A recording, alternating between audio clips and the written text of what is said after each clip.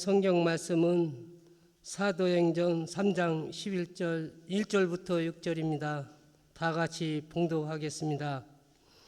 제구 시도의 시간에 베드로와 요한이 성전에 올라갈새 나면서 못 걷게 된 이를 사람들이 메고 오니 이는 성전에 들어가는 사람에게 구걸하기 위하여 날마다 미문이라는 성전문을 두는 자라. 그가 베드로와 요한이 성전에 들어가려 함을 보고 구걸하거늘 베드로가 요한과 더불어 주목하여 이르되 우리를 보라 하니 그가 그들에서 무엇을 얻을까 하여 바라보거늘 베드로가 이르되 은과 금은 내게 없거니와 내게 있는 이것을 내게 주노니 나사렛 예수 그리스도의 이름으로 일어나 걸으라고 하고 아멘.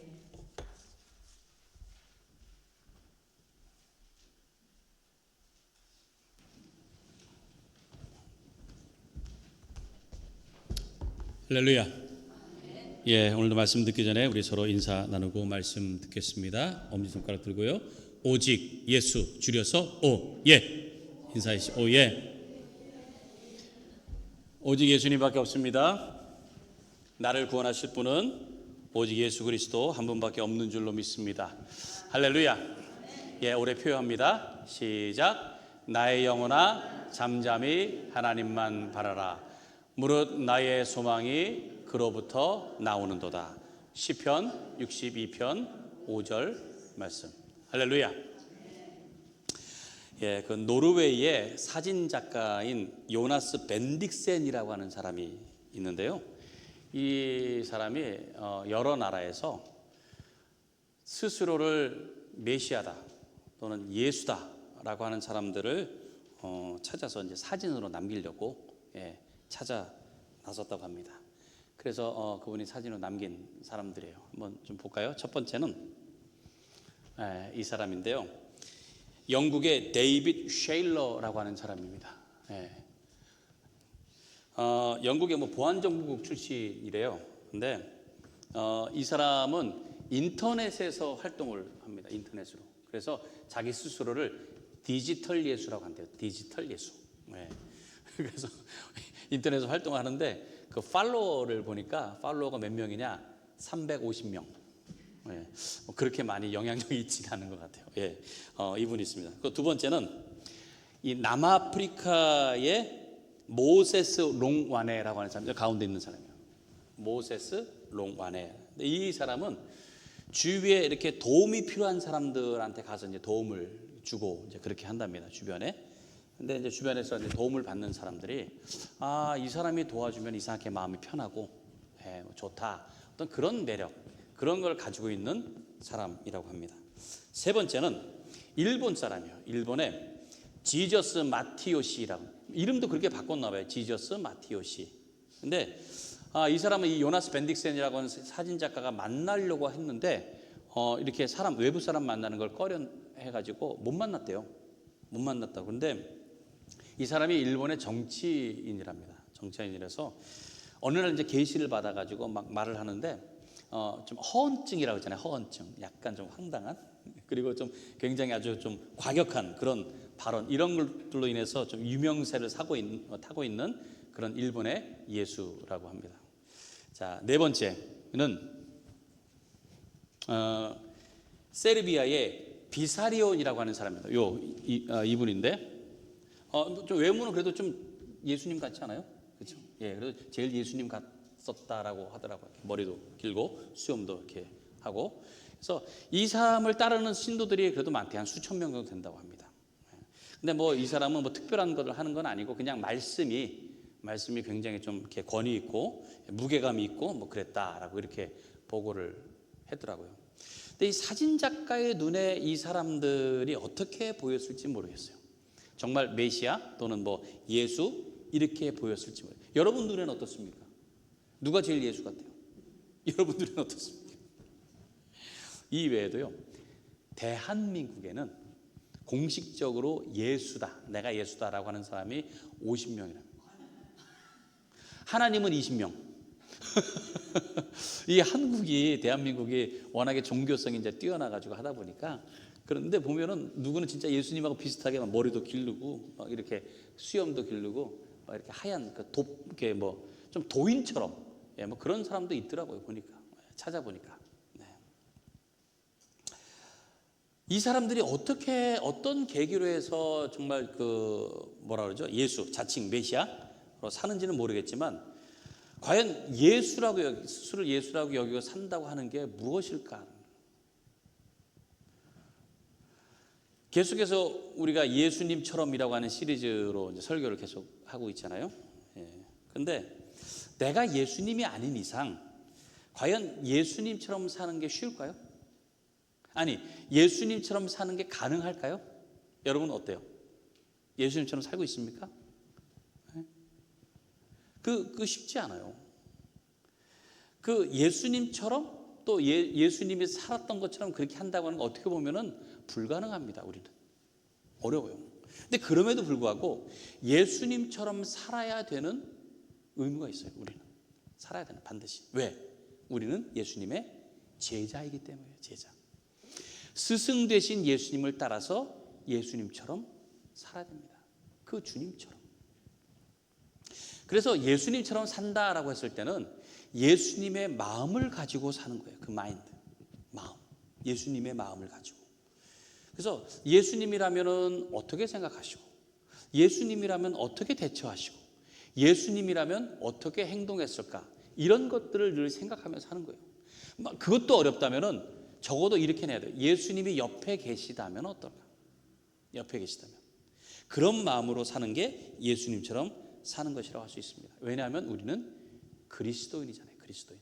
크리스찬이라고 하는 거. 그 말은 그리스도에게 속해 있다라는 거예요. 우리는 워싱토니안 그러잖아요. 워싱턴 지역에 속해 있는 사람들에게 불러요. 마찬가지로 크리스찬이라고 하는 것은 그리스도에게 속해 있는 사람. 그러면 우리가 예수님께 속해 있다고 하는 것이 나타나져야 하는 거예요.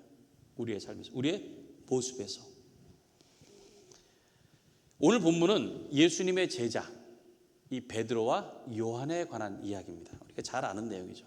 예수님께서 부활하신 다음에 그 다음에 이제 승천하셨어요. 그리고 나서는 예수님께서 말씀하신 대로 예루살렘에 모여가지고 기도를 했습니다. 계속 기도를 했습니다. 그리고 나서는 성령이 임했잖아요. 오순절에. 그리고 그 복음을 증거하기 시작했습니다. 복음을 전하기 시작했어요. 특별히 베드로가 그 처음 초대교회를 형성하고서는 거기에서 굉장히 큰 영향을 미쳤습니다. 많은 영향. 특별히 막 베드로가 설교만 해도요, 막 3,000명씩 회개하고 돌아오는 막 그런 역사가 있었습니다. 놀라운 그런 일들이 있었습니다. 근데 그 베드로가 예수님처럼 사는 것이 무엇인지를 우리에게 보여주고 있어요. 오늘 본문을 통해서 그걸 좀 같이 좀 살펴보려고 합니다. 자, 1절 먼저 볼까요? 1절. 제9시 기도 시간에 베드로와 요한이 성전에 올라갈세 그랬어요. 유대인들은 시간을 정해놓고 기도를 했습니다. 하루에 3번. 오전 9시, 정오, 그리고 오후 3시 이렇게 하루에 3번을 기도를 했어요. 기도를 했는데 여기서 제9시는 지금으로 말하면 오후 3시입니다. 한낮에 기도를. 그 정해진 시간에 기도를 하는데 성전으로 기도하러 올라갔던 거예요. 성전에 기도하러. 당시의 성전은요, 제사가 주요 업무였습니다. 제사 드리는 거. 그래서 제사장들이 그 가지고 오는 제물들을 가지고 각양 그 제사들을 다 드리던 곳이 바로 이 성전이었어요. 그래서 예루살렘 성전은 제사를 위해서 드린 것이 첫 번째 목적입니다. 제사를 위해서. 그런데 오늘 보니까 제사 드리러 간 게 아니고 뭐 하러 갔어요? 기도하러 성전에 간 거예요. 기도하러. 그러니까 성전에 대한 것이, 성전이 제사를 위한 것보다도 무엇을 위한 것을 보여주는 거예요? 기도를 위한 것이에요. 기도를. 예수님께서 그 사역하신 동안에 그랬잖아요. 성전에 가셔가지고 거기서 막 장사하는 사람들, 환전하는 사람들, 막 그 사람들 다 내쫓았어요. 그러면서 뭐라고 말씀하시죠? 성경에 내 집은 기도하는 집이라고 불릴 것이라고 하지 않았느냐? 기도하는 집이라. 그러니까 성전은 기도하는 곳입니다. 예수님께서도 그걸 주지시켜 주신 거예요. 그래서 하나님 앞에 기도하는, 기도가 뭡니까? 결국 하나님과 깊은 교제를 하는 거야. 만남을 갖는 겁니다.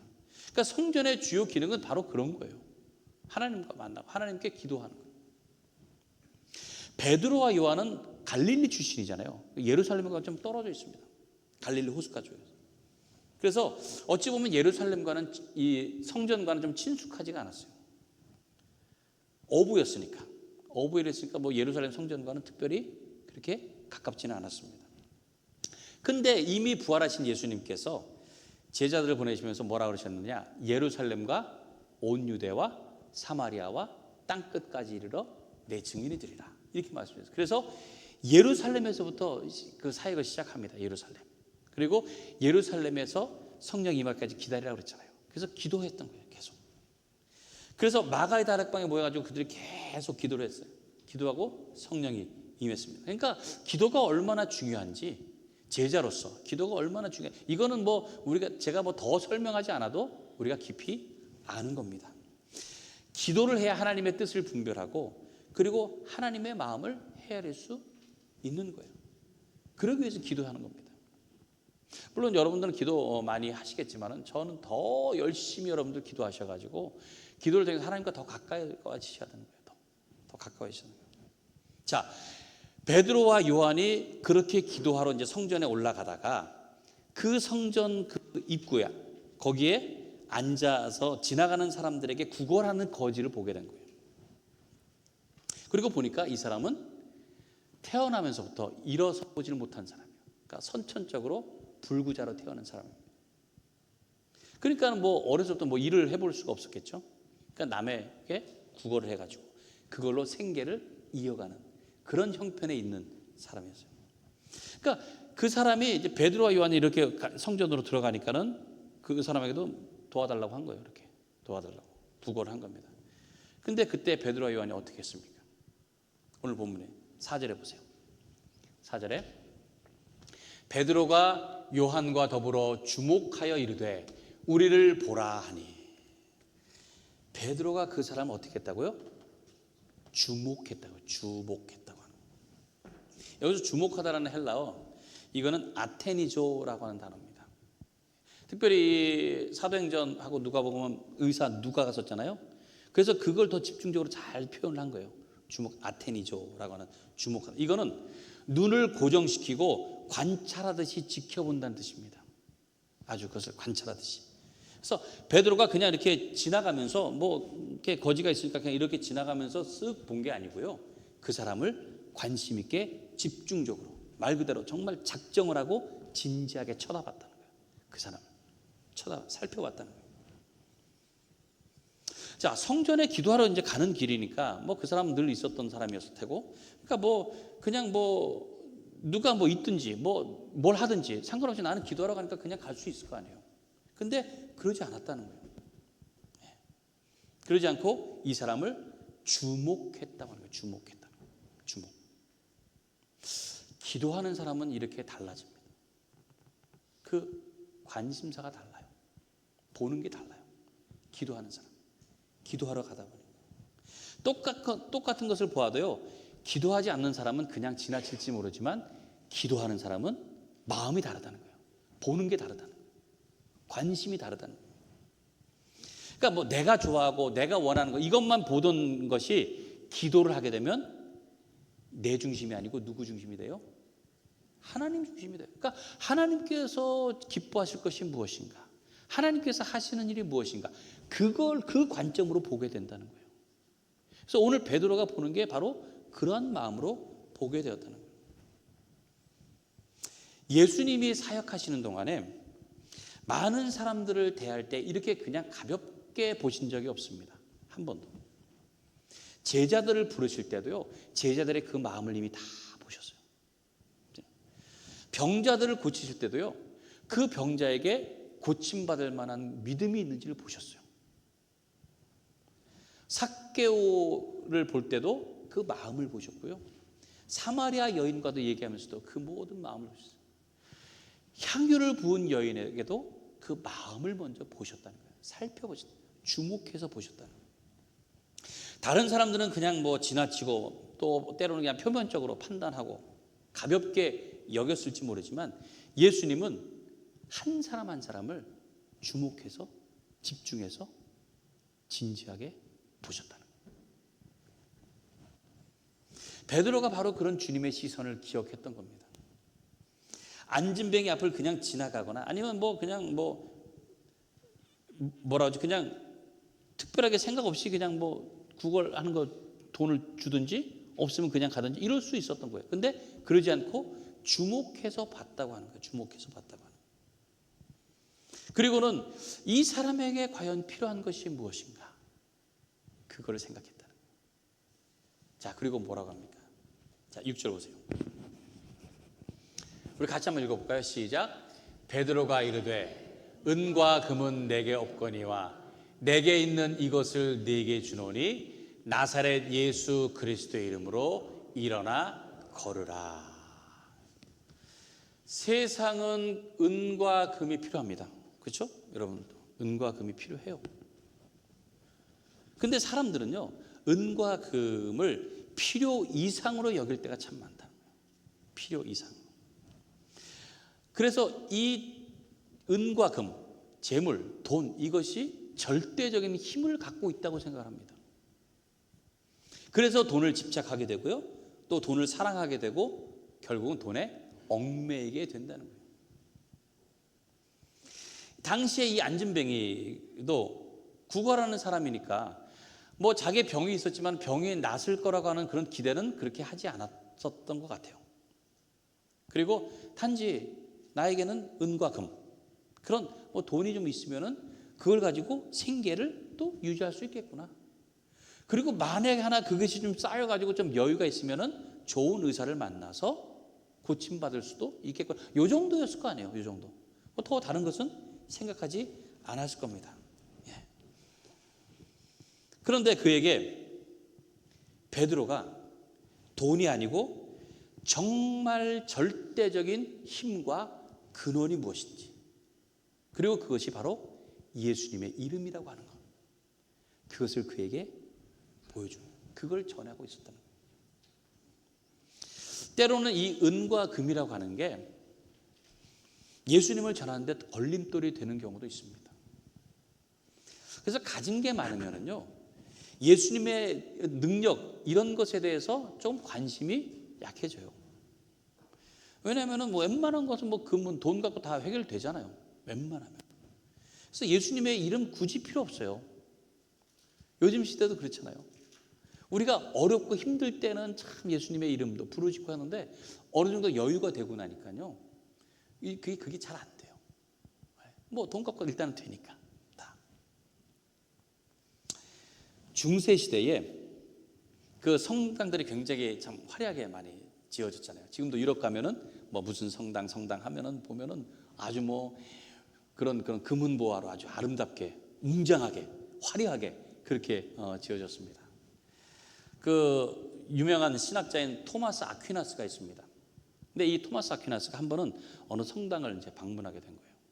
그때 거기에 있는 그 사제가 그 토마스 아퀴나스를 이렇게 데리고 안내를 하는 겁니다. 이 성전 이거 보죠. 여기는 무엇으로 만들었고 이것은 무엇으로 지었고 그러면서 무슨 얘기를 했는가 하면, 이제 이제 기독교가 이제 발전을 했으니까, 너무 발전했으니까 이렇게 이제는 풍부해서 더 이상은 은과 금은 내게 없거니와 이런 말을 이제는 하기 어렵게 되었네요. 이렇게 얘기한 거예요. 그러자마자 토마스 아퀴나스가 그랬다는 거예요. 그래서 우리는 지금 이제는 나사렛 예수 이름으로 일어나 걸으라는 말도 하지 못하게 되었다는, 참 주는 의미가 참 있습니다.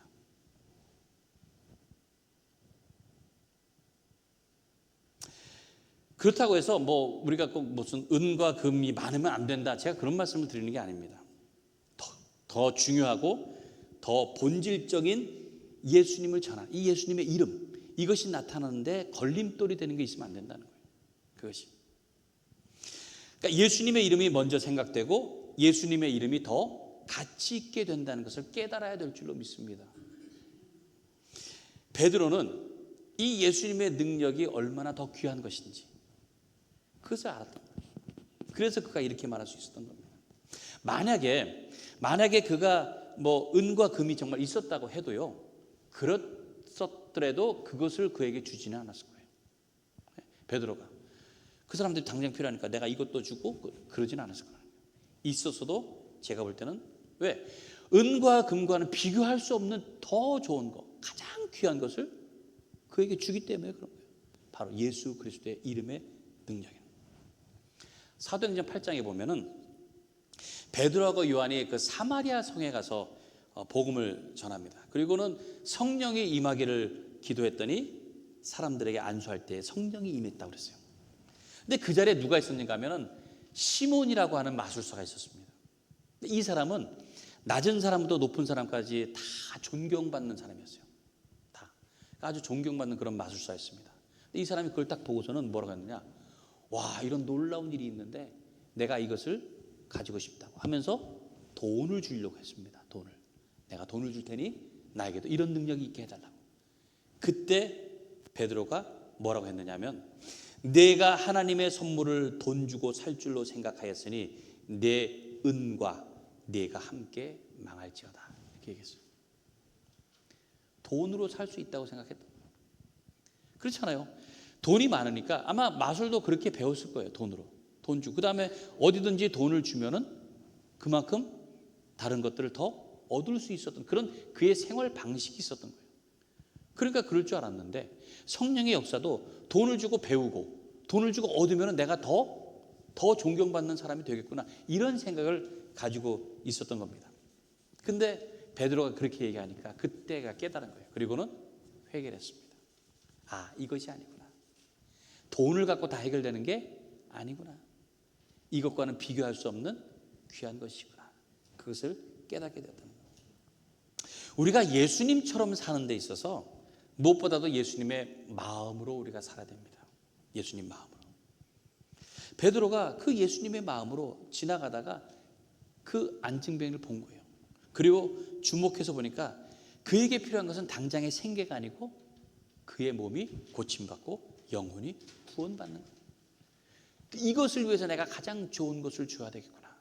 바로 예수 그리스도의 이름으로 일어나 걸으라 한 것입니다. 우리가 주목해서 본다고 해서 반드시 꼭 기적이 일어나는 것은 아닙니다. 그러나 주목해서 볼 때에 하나님께서 일하시는 것이 무엇인지, 또 가장 가치 있고 귀한 것이 무엇인지를 알게 된다는 거예요.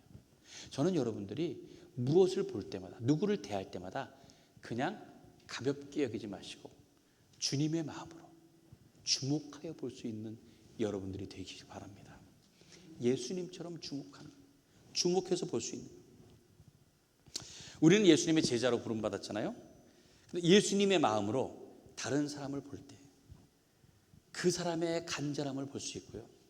그래서 그것을 통해서 하나님께서 필요하면 기적도 베풀어 주시고 놀라운 역사도 일어나게 될 줄로 믿습니다.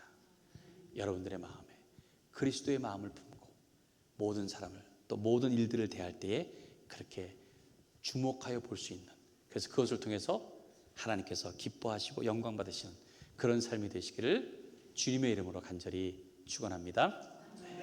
우리 이 시간 함께 우리 찬양하고 기도하도록 하겠습니다.